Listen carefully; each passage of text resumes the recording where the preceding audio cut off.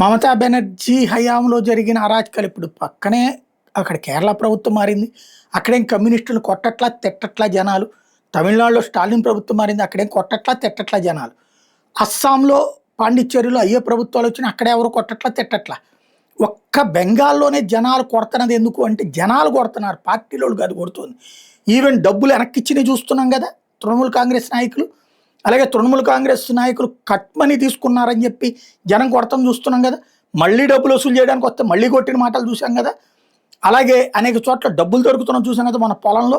ఇప్పుడు తాజాగా తృణమూల్ కాంగ్రెస్ సంబంధించినటువంటి స్టూడెంట్స్ వింగ్ సురేంద్రనాథ్ కాలేజీలో ఒక ఆఫీస్, వాస్తవంగా కాలేజీలో పార్టీ ఆఫీసులు ఉండవు.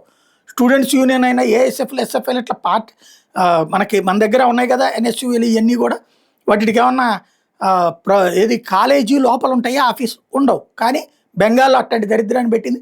అలాగని కమ్యూనిస్ట్ కాళ్ళకి ఎవరికి లేదు. ఒక్క తృణమూల్ కాంగ్రెస్ వాళ్ళ కాలేజీలో కూడా ఆఫీసులు ఉంటాయి.